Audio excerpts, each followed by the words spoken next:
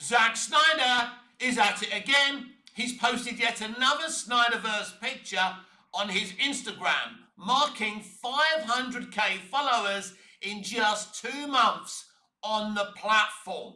And this is what he's had to say. Today marks a little milestone in this wild Instagram journey. 500k followers in just over 2 months. I just want to say a heartfelt thank you to everyone who's joined along the way. For me, these characters are a kind of modern mythology, and I put a ton of reverence and respect into bringing them to life. Seeing that resonate with so many of you means the world. Here's to many more stories together. He's saying, here's to many more stories together. So, he doesn't say, here's to many more DC stories together, but he does say, here's to many more stories together. Because Zack Snyder is a very smart man, boys and girls, ladies and gentlemen, and for the rest of you. He's not going to say, here's to more DC stories together. He can't be that blatant. He can't say, yeah, baby, we're going to restore the Snyderverse. He's very careful about what he says and what he doesn't say. But again, the hints are huge. And then there's this DC Nightmare account. He's doubling down on what he's saying. He's saying that Gunn is history, that the Snyderverse will absolutely, definitely be restored. And he's been right every time thus far. If you know me well enough, you know that I want the Snyderverse to be restored. Netflix have just bought Warner Brothers Discovery. They bought it, but it's not theirs. They have to go through antitrust. There's the threat of Paramount challenging this bid that's been accepted by Warner Brothers Discovery and its shareholders. But if all goes well, I believe the Snyderverse will be restored. But we're going to have to wait a long time. The AT&T purchase from Time Warner took around 2 years. And they're going to have to look like they're doing their due diligence. They're going to have to pretend at least that they're crossing their I's and, you know, dotting their I's and crossing their T's. They're going to have to at least pretend that they're looking at this deeply. Now, Donald Trump has come out and said that he likes Ted Sarandos. He thinks Ted Sarandos is a great guy, but he can see potential problems with this acquisition. But there's a little bit more tea for you here in this situation. Ted Sarandos allegedly did meet with Donald Trump before Netflix bid for Warner Brothers Discovery, before the whole bidding process for Warner Brothers Discovery began. Because here's the thing, like Zack Snyder, Ted Sarandos isn't anybody's fool. And if he's going to bid for Warner Brothers Discovery, he's going to meet with the President of the United States to make sure there isn't going to be any problems. So did Trump give him some assurances? We don't know, but apparently there was the feeling that Trump told him that there wouldn't really be any real problems. But the antitrust process has to happen, and it is going to take time. Meanwhile, everyone is still losing their shit. Here's the thing for me. Why is it more of a problem for Netflix to own Warner Brothers Discovery than Paramount or Apple? As I've said a billion times already, and I hate to repeat myself, they're all pretty much streaming companies. But Netflix is a streaming company. So there's this concern about the release window being shrunk. And Sarandos hasn't, let's say, put those fears at bay by saying he has to do what's right for his members, for his consumers. Ted Sarandos has been very consistent in disrespecting the cinematic theatrical window and saying the theatre is an archaic system, an archaic concept, and people would much rather sit at home and watch movies. And if you look at the amount of people who are subscribed to Netflix, you could say that Ted Sarandos is right about the theatrical system. But let's ask the question right here and right now. Is Ted Sanderos right, or are his statements against the cinematic theatrical window just self-serving? Is the theatrical system a dinosaur, an archaic system of years gone by? Ted Sanderos, in my opinion, is absolutely spot on. I love the cinematic experience. I saw Ghost in the cinema. I loved it. I saw Star Trek 2009 in cinemas. I loved it. Yeah, sorry, Trekkie. I really enjoyed watching that film. But it's become, as I keep on saying, an event-based concept where in years gone by, it was a habit. It was something you did with your mates every weekend. We used to go down to Lakeside, West Thurrock or Bluewater. I remember watching The Commitments. Remember The Commitments movie? What a great movie that was. In a big screen down at Lakeside with my mates. It was a laugh. We got drunk afterwards. But now it's all about events. It's all about Wicked, you know. It's all about, you know, the big movie that people go and see. I mean, like, Avengers Endgame proves what an event cinema has become. So what this means is that there's a place for cinema and for the theatrical system, but just as an event. But how people actually consume their films and television more often than not is on streaming. So Sanderos is absolutely spot on here. And it's not just about the Snyderverse being restored. It has to be about a lot more than that. And also, you know, people will say, well, what about the other studios? Just because Netflix have bought Warner Brothers Discovery doesn't mean the other studios have to follow suit and shrink the theatrical window. They will. They're just looking for an excuse. Because in a lot of ways, the theatrical system has become a bit of a charity, with the industry propping it up because cinema is so important. The theatrical system is so important, right? But literally, it's not making any fucking money for anyone. It's not making money for the people who own the fucking theatres. I've said before, why don't the theatre chains get together and create their own fucking studio, make movies that they release in their fucking cinemas? Because it's clear the studios, you know, the legacy studio system doesn't want to support the theatrical window, or a wide open theatrical window that's 2 months long, 4 to 6 weeks long, right? So why don't they do something about it? That's what I would do. If brewery companies used to own studios and run studios, why can't fucking one, you know, big cinema, all the cinema chains get together and open their own fucking studio? I'd consult with them, I'd help them, right? But they have no vision. So instead of having a vision, they're moaning about Netflix.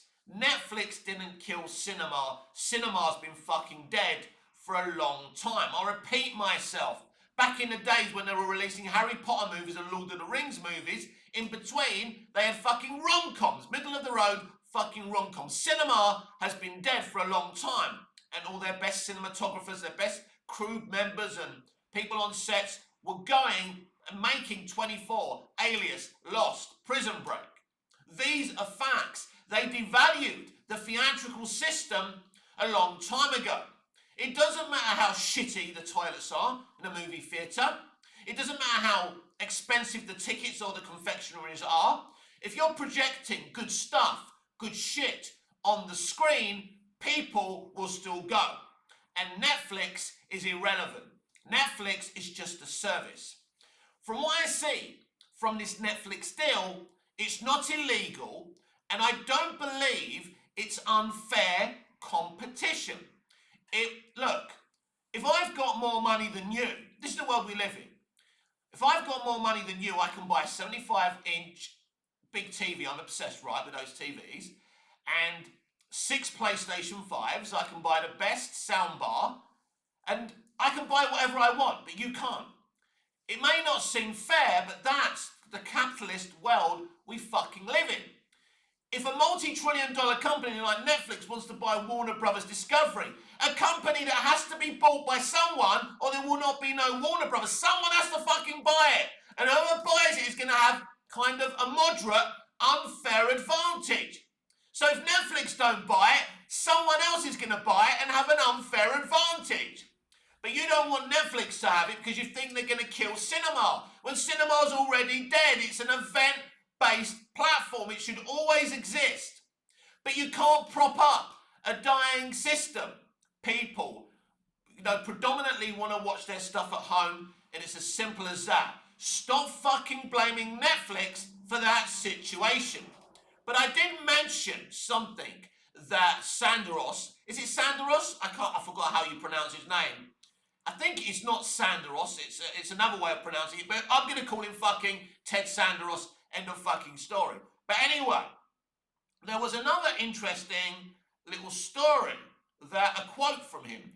Now, this was a very, very interesting quote, which I kind of spoke about the other day.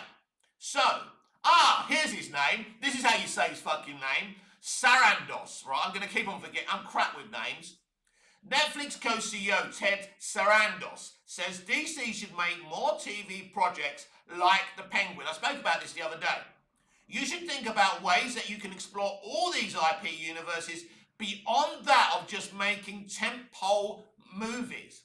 Because tentpole movies do very little for the Netflix platform. But having people obsessed with a show for 8 to 15 fucking episodes keeps people on the platform, doesn't it? So yeah, examples would be some of the earlier moves from the DC universe for things like Penguin has turned into great television. Now they were all on Bloomberg the other day, Gunn, Saffron, Sarandos, all these peeps, right? And Zaslav making these fucking quotes. But Sarandos's quotes are very, very interesting. And I see a lot of potential here with what he says. For example, you could revive Smallville. You could spin Smallville off to a Metropolis TV show, where Tom Welling, now in his 50s, could play an older Superman. We could explain why he gave up being Superman in Crisis. I've got an explanation. Him and Superboy, Connor Kent, were on a mission, we're trying to save some people, and basically Superboy Connor Kent was impaled by kryptonite and murdered in front of Superman. So Clark decided to put on the blue kryptonite ring because he blames himself for his son's death. And as a part of Lex who feels devastated because he has Lex's DNA as well. So this would be a very interesting thing. You bring back Welling, you bring back Rosenbaum, you bring back Christine Krug. Personally, I would bring back Alison Mack as well, but I'm a controversial fellow. I have got in my head, at the very least, an idea for 5 seasons of a Smallville Metropolis spin-off. It's something else you could do. Now, there's another issue here, beyond Netflix, beyond the DCU. Why have there been 3 Superman movies in the 21st century that haven't gone past 750 million at the global worldwide box office? Why hasn't a Superman movie in the 21st century broken the box office? Let's discuss that right here and right now. So, we've had, actually there's been more than 3 Superman movies. If you add BVS, there's been Superman Returns, Man of Steel, Batman vs Superman Dawn of Justice, and James Gunn's Superman. And then on television, in the 21st century, there's been Smallville and Superman and Lois. Here's the thing I've actually mentioned on this platform and on my X before. Superman and Lois and Smallville were accepted more as modern day adaptations of Superman more than Superman Returns, Man of Steel, BVS and James Gunn's Superman. That's a fact. They were more beloved than the versions we saw on the big screen. But a lot of people like to blame the character of Superman for these movies not breaking 750 million to $1 billion at the global worldwide box office. Oh, he's not relatable. He's too powerful. He's too boring. Forget about those fucking propaganda merchants. There's a lot of experts on the internet who think they know what they're talking about. I do know what I'm talking about because I was brought up by a man who worked for a studio in Hollywood. I'm mixed with people who actually worked in Hollywood when it fucking worked. When 100+ year business model actually worked. When cinemas were actually making money. So I actually do know what I'm talking about. Let's talk about Superman Returns first and foremost. Directed by Bryan Singer, and he co-wrote the story. Bryan Singer wrote and directed The Usual Suspects, right? I'm going to talk about Bryan Singer, yeah, problematic dude, blah, blah, blah. If I boycotted talking about and consuming all the great stuff from problematic people in Hollywood, I fucking wouldn't be watching anything now, would I? Either brand new or from the past. So shut the fuck up, let people enjoy the entertainment. Bad people can make good things. Just shut the fuck up, alright? Anyway, Superman Returns is a sequel to Superman 2, directed by Richard Lester. That's the theatrical release. There is the Donner cut, but it's not really a Donner cut. It's not all his footage. When people try and say, is the Donner cut as good as the theatrical version of Superman 2, you can't judge the Donner cut because it's not really what Donner was going to do with his movie. Yeah, he sat there with a guy who edited it with him and they did the best that they could. And it's great, there's some great sequences, stuff we haven't seen before, but it's not, you know, the ultimate vision of Dick Donner's Superman 2. He wanted to make the three villains from Krypton a lot more darker and scarier, which is not on that cut, for example. But anyway, right? So Superman Returns is a sequel to Richard Lester's Superman 2. Does it work as a sequel? No, it doesn't. It works that, you know, you've got a brilliant music score. The score for Superman Returns is beautiful. And the guy who did the score actually edited the movie as well. And I think it actually hurt the editing of the movie because he was composing the music, the score as well. I think it didn't help that he was composing the score and helping to John Ottman, brilliant composer, but he helped edit the movie as well. And some of the editing of Superman Returns isn't great. Some of the VFX looks a bit unfinished. Now, a lot of the VFX in Superman Returns is fucking stunning. One of the most stunning sequences is a scene that's not in the movie, the Return to Krypton sequence. Deleting this, leaving this on the cutting room floor was a very, very huge mistake because the film's bio synopsis is basically from the depths of the ocean to the far reaches of outer space. Well, where's the far reaches of outer space? Well, it's in the beginning of the movie, or it's supposed to be. I'm sure you've all seen the Return to Krypton sequence. It's better VFX than anything you'll see in James Gunn's Superman. Bryan Singer's Superman Returns taps into interesting themes. Superman has been away exploring, looking for his world, looking for Krypton, looking for survivors, comes back 5 years later. Lois Lane is pissed off with him because he left without saying goodbye. She's engaged to Perry White's nephew, Richard White, played brilliantly. Again, I'm crap with names, I've got it's James something. It's the guy from Enchanted and X-Men, right? But, you know, a really, really great actor. And he's a good, interesting character in the movie. So Lois Lane is angry with Superman and she's engaged, right? And the whole question of the movie is, you know, do we need Superman? Do we really need a saviour? It asks that question. Is there any point to Superman? So it's a really clever way to get back into a Superman movie 20 years after the last Superman movie, Superman 4, The Quest for Peace. It's not that it's a bad movie. The pacing, it's got 1980, 1978 pacing. That's the problem with Superman Returns. You know, Amy Adams did audition to play Lois Lane in Superman Returns, but Kevin Spacey insisted on Kate Bosworth because they were friends and they had acted together before. This is the problem with Hollywood. You know, it's jobs for mates. Kate Bosworth is a beautiful woman. I don't mind her Lois Lane, but it didn't really work. And I think, and she was even wearing a wig, which I didn't know. People say, oh, you can tell her forehead looks bigger with the wig and all that. I didn't even realise she was wearing a fucking wig for the movie. Lois Lane's supposed to be a redhead by the way. That's what I appreciate about Snyder. He actually, Amy Adams has got red hair in Man of Steel and in the Snyderverse. I appreciate that.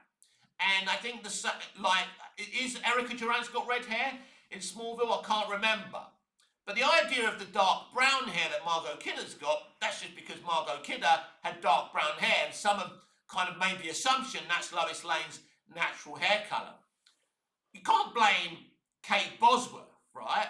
She had to act like a little bit, she had to be mean to Superman at the beginning when he comes back. And it didn't really work.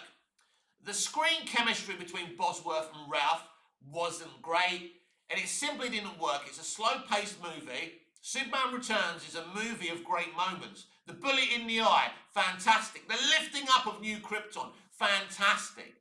Saving the plane, absolutely fantastic. There's some great moments, there's some great music.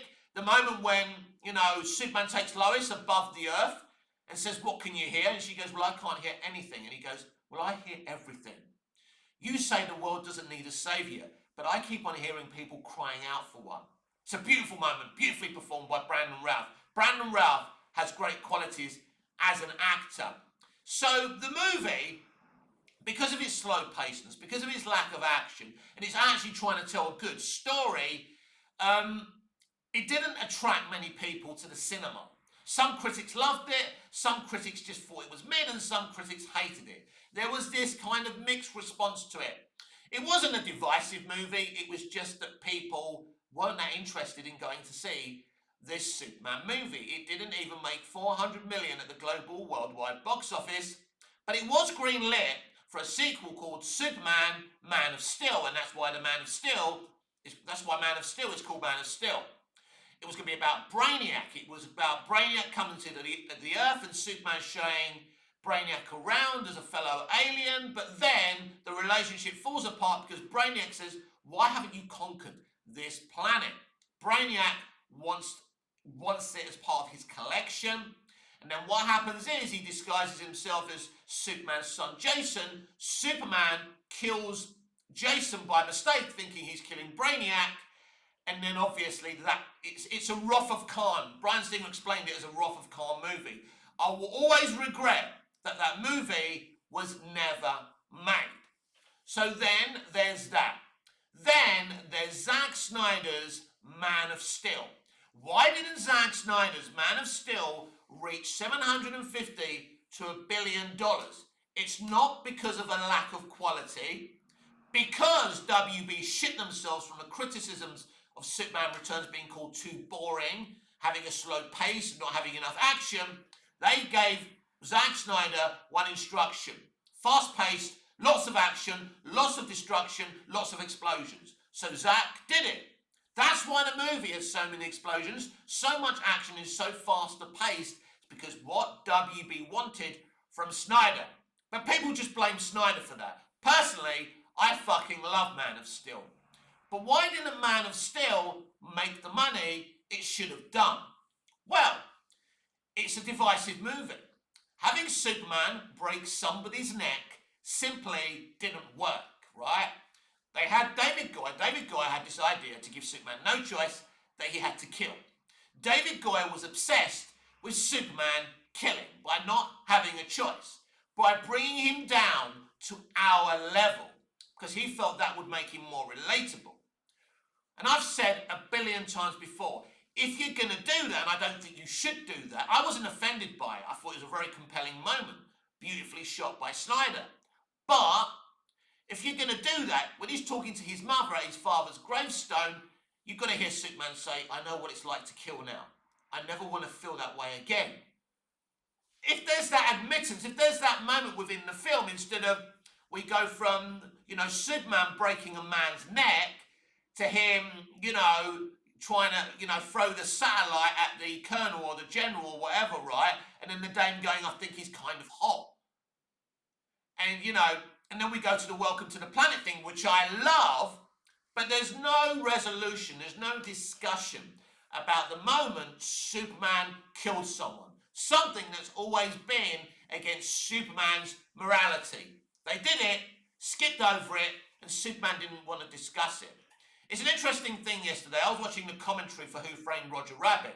Steven Spielberg was an executive producer. For me, Bob Zemeckis is one of the great directors. It's about time people started talking about him as a great director. But Spielberg told Zemeckis, you must have the rabbit and the cop, obviously played by Bob Hoskins, having a conversation about why Hoskins hates Toons, what happened to his brother. And that's one of the best scenes within the movie, because Spielberg understood the emotions of characters. And that's the thing. And that's another mistake. Then you have the tornado sequence, which is a very controversial sequence as well, where Clark Kent stands there and allows his father to die. Something I think we can all agree with is very, very un-Superman. Because the whole idea is, again, not giving Clark a choice, where he's got so much respect for his father, and his father says, no, don't save me. I'm going to sacrifice myself to keep your secret. Just like Jonathan Kent did when he sacrificed himself and died of a heart attack in Smallville after he fought Lionel Luthor, because he thought he was protecting Clark's secret from the Luthors. But that works because Snyder's Jonathan Kent in Smallville isn't asking Clark to stand there and let him die. That's the difference. It should have been executed in a different way, right? A different way. Think about this. There in Smallville, there's a tornado and there's a meteorite mine. Let's not call it a kryptonite mine. It's a meteorite mine, right? They don't know about kryptonite at this point. So Clark's standing right next to the mine.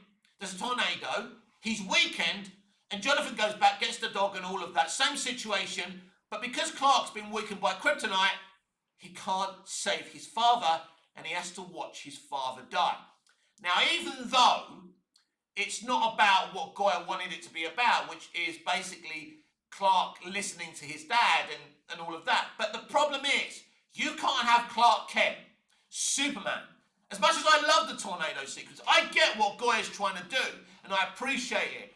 But in terms for hardcore Superman fans, having the character stand there and allowing him, to die just simply doesn't work. And then there's all the destruction ordered by WB, and people feeling, well, people must have died in that destruction, and Superman's not saving them. That's another issue. Of course, what Snyder and Goya are saying is this is a real-world Superman. He can't save people and fight Zod at the same time. I get what you were trying to do, but it wasn't resonating with hardcore Superman fans, and that, my friends, was a huge problem. And that's why it didn't break $750 to $1 billion at the global worldwide box office. And then there's the Batman vs. Superman Dawn of Justice. If you think Man of Steel is a divisive movie, you ain't seen nothing yet. Batman vs. Superman Dawn of Justice goes against David Goya's ending, the Welcome to the Planet ending, the smile between Clark and Lois. You expect there to be all this wonderful banter now, like there is at the end of Man of Steel in the Daily Planet between Clark and Lois. But instead, it's a very dour, depressing atmosphere in this film. Again, I love this film. I do, it's great. It's Batman's story, it's Superman's story.